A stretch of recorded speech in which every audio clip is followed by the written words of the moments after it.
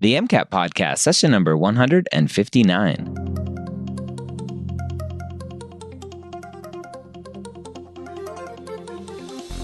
A collaboration between the medical school headquarters and Next Step Test Prep, the MCAT Podcast is here to make sure you have the information you need to succeed on your MCAT test day.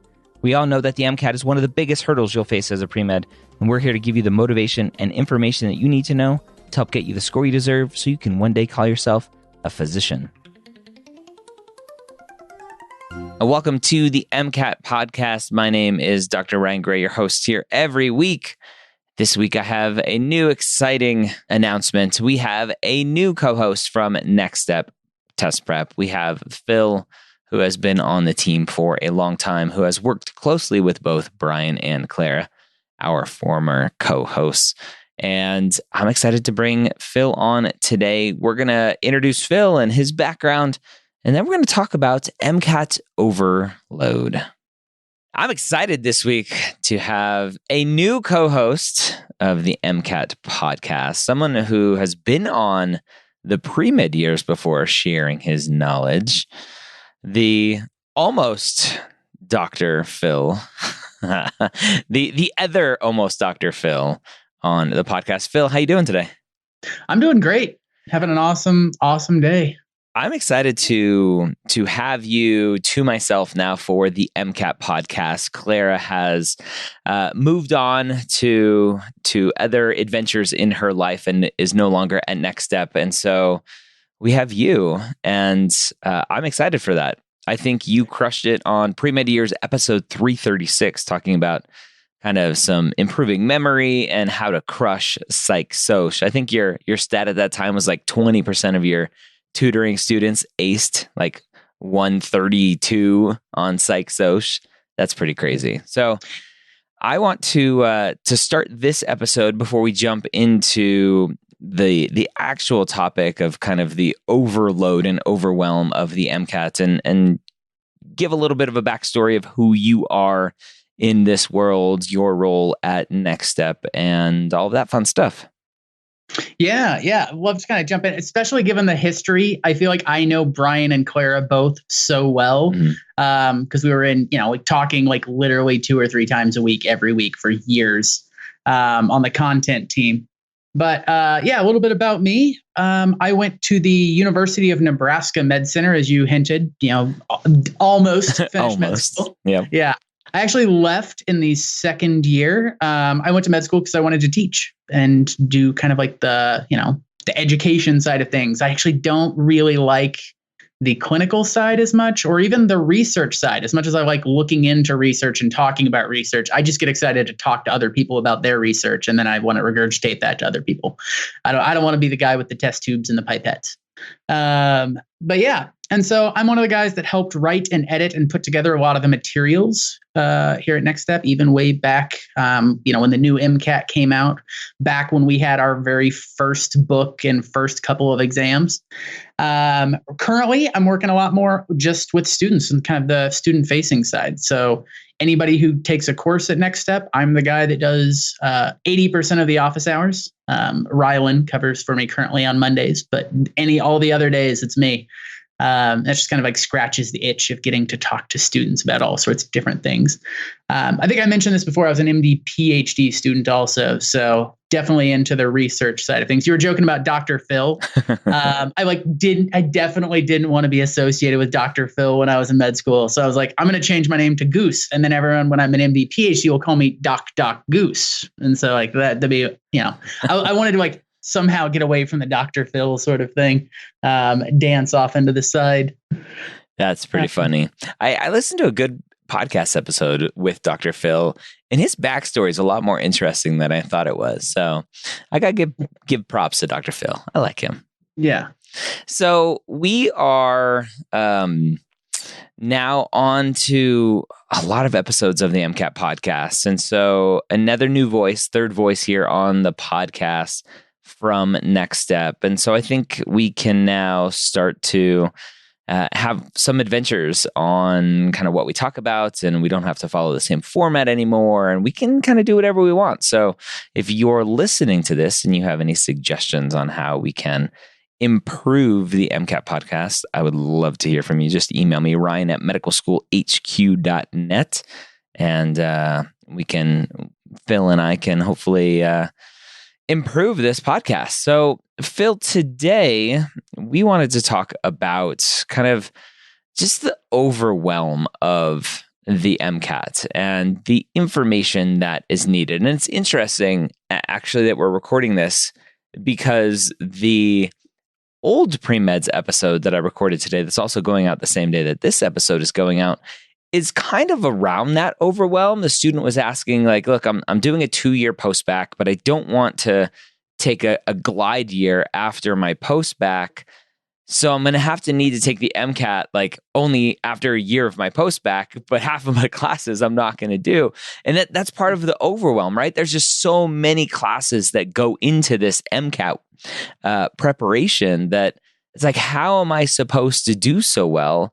Whether I'm a traditional student taking it kind of after my junior year, or a non-traditional student trying to figure out how I can not take any extra years to study for it after I finish a post-bac.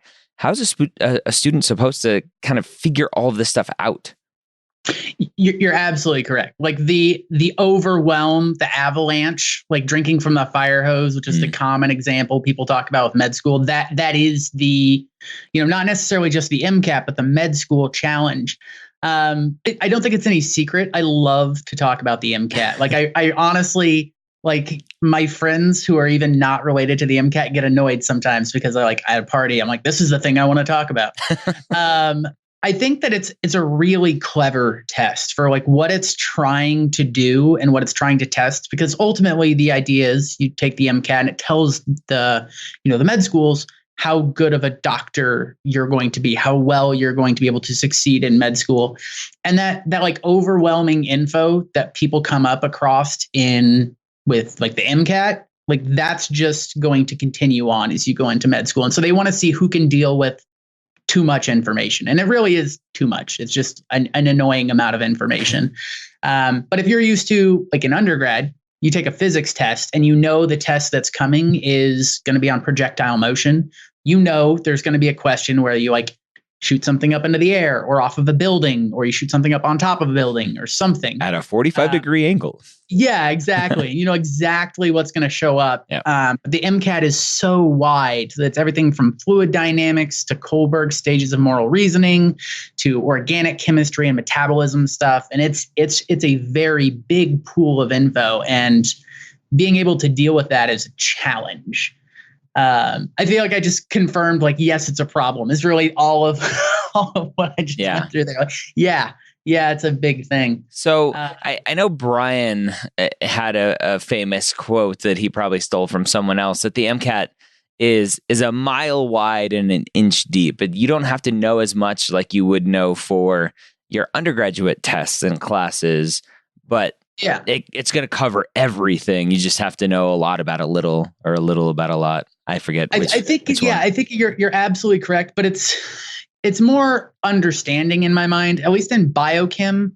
Like you might have had a question like, what's the third enzyme of Krebs cycle, and like draw the seventh intermediate of the pentose phosphate pathway, and that's not going to show up on the MCAT. Like you're not going to be asked to like have this like huge rote memorization, but you do need to understand the principles. I think in some ways, like it's absolutely true where you don't need to go as deep, but you need to understand the fundamentals. And that's actually a big shift. And a lot of times in undergrad, you can get rewarded for just memorizing something, even if you don't understand it. Yeah. But because the way the MCAT tests something is they come at it from weird angles, and you don't actually have to have this memorized. But if you understand like what a phosphatase is, all of a sudden you can like pick out the right answer, even if you have no idea what's going on in the pathway that they're talking about overall.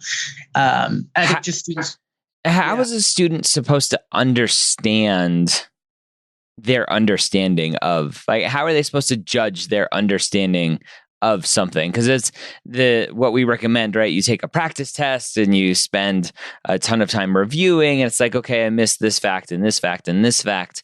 When does that switch go off to go, oh, I don't understand this, not I don't know it?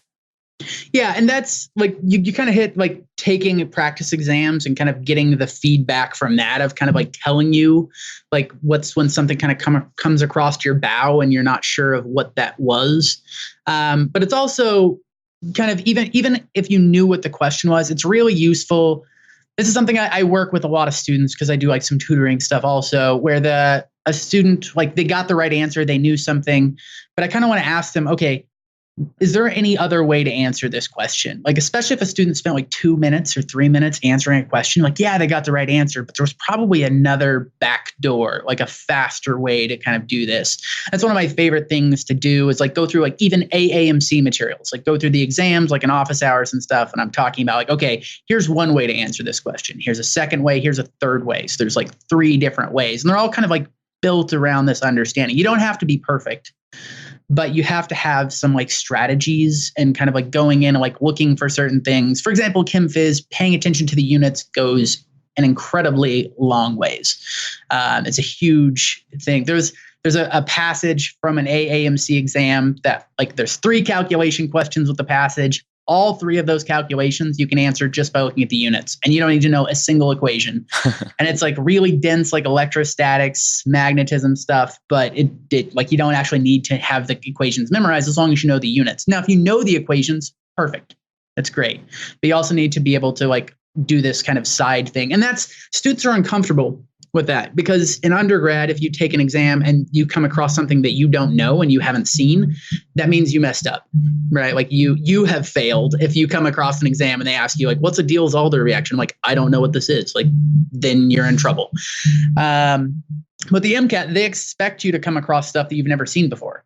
And that they're constantly kind of throwing this stuff at you, like a weird reaction, this enzyme that like turns out only happens in like part of the liver. And like, it's not the main enzyme that happens in glycolysis, but it's this weird side enzyme. And so like, you've never read anything about it. You never heard of it, but being able to like cross boundaries. I also think this is me on my educational high horse here. A lot of times in undergrad, everything gets partitioned. And so people are thinking about redox reactions. They're thinking about going from ketones to an alcohol, right? Or an aldehyde to a carboxylic acid. And they're not trying to tie that into any other sort of redox stuff. And there's like, assigning oxidation numbers. There's electrochemistry, which is the flow of electrons from like, sodium to fluorine, because fluorine really likes electrons and sodium really doesn't. And that's technically redox. And as a result, as people are learning stuff in undergrad, everything gets like highly partitioned, and in their brains, like that kind of like separates, and that makes it harder to do this kind of like coming at something from a different angle. Like if you have a passage about like a radiotherapy, a lot of students, like you need to be thinking about light, right? Like electromagnetic radiation is light, but like in people's brains, those aren't the same thing. Like that's like a whole other branch. That's like talking about dogs and, chicken salad sandwiches. Like they're completely unrelated. They probably should be. I hope they're unrelated. Unless it's a low quality chicken salad that's made from dogs. Yes. Yeah. That's what I was thinking. When you feed to your dogs, I like that better. Okay. But yeah. And so I think that that's something that comes from exposure. The more exams you see, the more you kind of talk through stuff.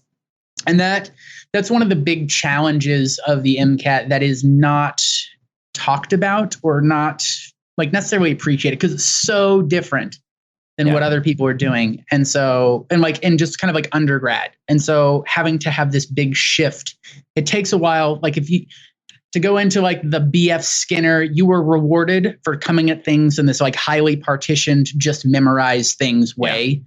And then you go to the MCAT and all of a sudden like that doesn't work anymore. And so you have to like throw your strategy in the trash. It's like, imagine that you played football and this like strategy worked really well. I'm a big Chiefs fan. This strategy worked really well. And then you come across a team where this doesn't work anymore. And now you're just lost. Right. Yeah. And so like having some ability to kind of adapt and understand and come at things and see things from a bigger picture, which is tough. And exposure is kind of the key. It's one of the reasons that kind of regardless of where you come from, it takes a while to prep for the MCAT. There's nobody who takes the MCAT, without studying, takes it cold and aces it. There's always that random mythical story of that one student, my brother's cousin's first whatever. Right. There are some savants out there that can do well, but that's not the norm. What about for like the student that I led with, a student who is trying to potentially take the MCAT before they're ready, right? Is in terms of classes, having taken the classes, how is a student supposed to handle all of that information potentially without having the classes to back it up? Yeah. And so there is something to that. It's possible. I generally recommend that if you haven't taken one class, that's okay. 2 classes starts to get a little bit hard. If you haven't taken physics at all or biochemistry or orgo, you're going to have a hard time because you're trying to learn all of this stuff from scratch at the same time. But if you need to prep for physics at the same time, you haven't taken any physics courses, it's totally doable. It's also, something kind of goes into there with like the weightedness of the number of questions you're going to expect to see. For example, physics and orgo are actually pretty low yield in terms of the number of questions you're going to see compared to biochemistry, and psychology, which like catches people off guard all the time. They don't realize how high yield psych is. And so that's something to also like factor in as well. If you haven't taken any bio courses or biochem, that's going to be a big hurdle because that's a much higher yield area. If you haven't taken a physics course or orgo, I think that's fine. If you haven't taken orgo too, honestly, perfectly fine. All the orgo on the MCAT tends to be basically organic chemistry 1. And like, I don't know if you need to know anything from organic chemistry to do well on the MCAT. Yeah. But having good strategies, and we talked about this a little bit on, the other podcast about memorization, because that's the thing that I really like to talk about, because my PhD stuff was on learning and memory and Alzheimer's. There's a part of me that was terrified. Like, I'm learning so much stuff. What if I just forget it all? Right. And so I'm trying to figure out how to make that not happen. And so I think that the kind of purge, bring in a ton of facts and then purge it, that happens a lot in undergrad. That works if you can cram all the information you need in a week, and then you take the test on Friday, and then next week you forget it all, but that's fine. That works with smaller volumes. When you're dealing with huge, huge volumes of information, that doesn't work anymore, because by the time you get to the end of the stuff that you're trying to cram in, the beginning stuff is all fallen out. And so you want to kind of think about things in different ways, do practice questions going through that. I think practice questions are especially crucial for the chemistry and physics stuff, because I think the big challenge there is what do you do, right? You get this question about a voltage, the answers are in volts, and you're not sure is this a question about capacitors? Is this a question about electrostatics? Is this a question about circuitry? And so students just see volts and they're I'm not sure what to do. So you want to see lots of questions. And then when you see this question, you're what do I do here? And you've figured it out because you've seen other questions kind of like that. And I think for Chem Phys, that's more important than maybe any other section. So I think it's real. All of my students that I work with, I really kind of emphasize, do lots of discrete questions, especially if you're kind of struggling where you see a question and then you get through it and then you feel good. There's actually a little bit of a dopamine reward, right? As you're answering the question, you got it right. There's a dopamine feedback. Your brain's hey, that was useful. Let's hold on to that equation because that gave me the dopamine thing, right? So you get addicted to answering questions. I don't know if that actually happens out there, but I like to imagine it does. There's a Questions Anonymous program for people who are addicts of answering questions. Yes. Yeah. But that works so much better for remembering things than if you're just staring at a flashcard or staring at some definition or staring at just a pile of equations. This stuff doesn't stick as well. And so trying to work with how your brain wants to work, with kind of rewards and oh, that was good. I like that. Do more of that. And just kind of thinking about that, because that's how the brain just works in general. I think that's one of the big challenges with with college and going to med school is that the strategies that worked before don't work anymore just because of the volume. Yeah. And so you can force your brain to do something it doesn't really want to do for like a little while, but eventually your brain just says, nope, not doing it. And so start like learning to work with the brain rather than against it. Not doing it. Where's my ice cream? Yeah, exactly. Right. Yeah. Let's go play video games. Yeah. What's going on in the world of Borderlands? And what's on Reddit? That's my go-to. Reddit is a very dangerous hole. I discovered Reddit in med school, and that was bad. That was a mistake there. Okay. I still blame my friend who introduced me. What about for a student who potentially has to start earlier, right? And with all of the information that they have to know for the MCAT, by the time they're starting to prepare for it, they've already forgotten everything at the beginning. Do you have any recommendations on how to stay up with information that you learned a while ago for someone who has to spread out their study schedule? Yeah, definitely spaced repetition. So if like Anki is what people know, right? Yeah, Anki, everyone's familiar with that. But even like in our study planner tool that builds study planners for people, the idea is like you read a chapter, and then a couple weeks later they throw some quiz questions at you. And then obviously practice exams are also doing this as well, this kind of like constant quizzing. So this is one of the big mistakes students make prepping for the MCAT, where they feel like they can't take a practice test until they've mastered all the content. Mm. And that's never going to happen. You're never going to feel like I know literally everything that anyone could ever ask about the kidney, right? Like, because it can go really deep. And I mentioned before that sometimes the MCAT will ask stuff and they don't expect you to know it, right? They just expect you to be able to figure something out from it. Mm-hmm. And so students will hit this point where they feel like they have to know everything in order to take a practice test. But the practice test is kind of a portion of this, kind of helping shine a spotlight on what stuff you want to brush up on, kind of like, because there's a lot of students that feel like I really need to cover this area and it's my biggest weak area, but then it's actually not. Like students are traumatized by physics and orgo, and they feel like I need to spend a month on organic chemistry, but it's so low yield compared to what some of the other questions, psych and bio and biochem. And so if you look at somebody's exam, like they've taken 3 exams and they've missed 2 orgo questions. They don't need to spend a lot of time studying orgo if they've also missed 15 biochem questions in those same exams. Mm. And so using the exams as a diagnostic tool, I'm a very data-driven person. I like to yes, get that foundational stuff, but then start to practice and apply. And so you take some exams. They say, like the exams tell me that I need to go back and look at kidneys. I need to look at electrochemistry. And I need to work on data interpretation. And so that's what I'm going to go do. And then I'm going to take another exam. And then that tells me what I need to go and hit, rather than kind of going with the gut feelings. I have this very innate thing against guts and emotions, like, the feeling stuff. It's something like, honestly, it's probably an issue with me where I'm just kind of like very data driven in general. But I think that it works. And so that's, I'm going to keep doing it, right? At least in that aspect of my life. And then someone asked me how my day's going, and I'm going to be like, well, it's a 72%, blah, blah, blah. And I'll just kind of sidestep that. Yeah. Okay. Anything else about so much content and how to tackle it that we haven't talked about? No, I think having a strategy.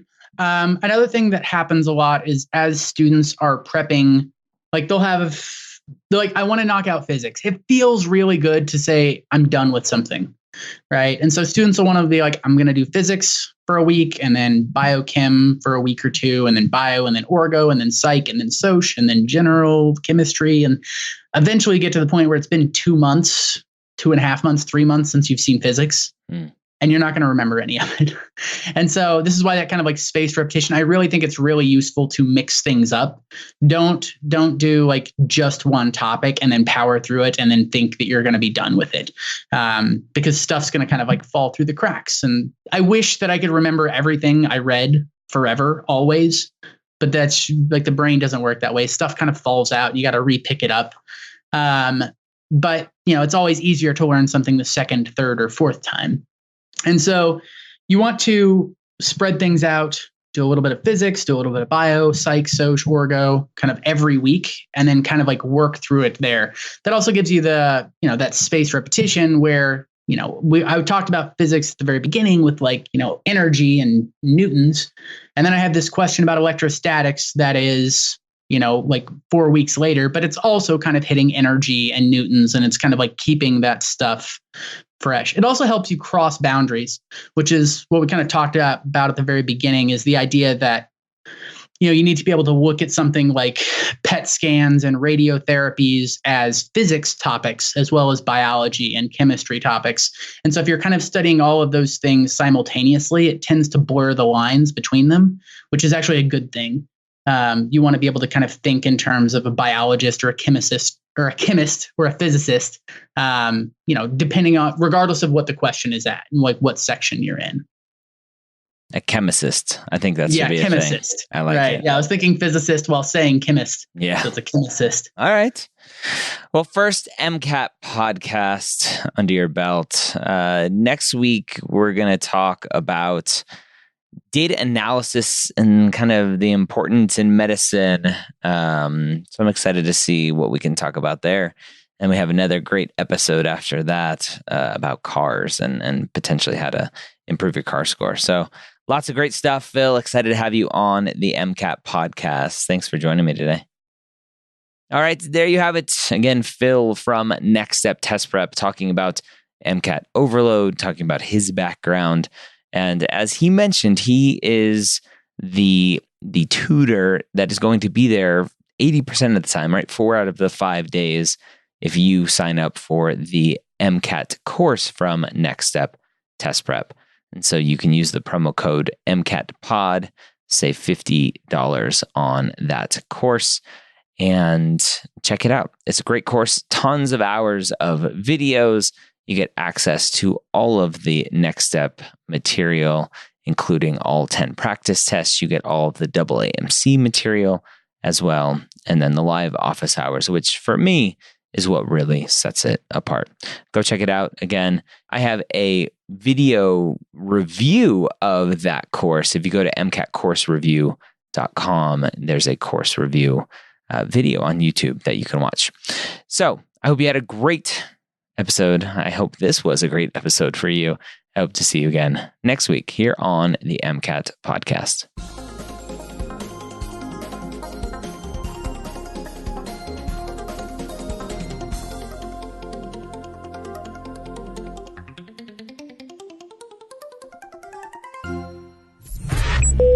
This is MedEd Media.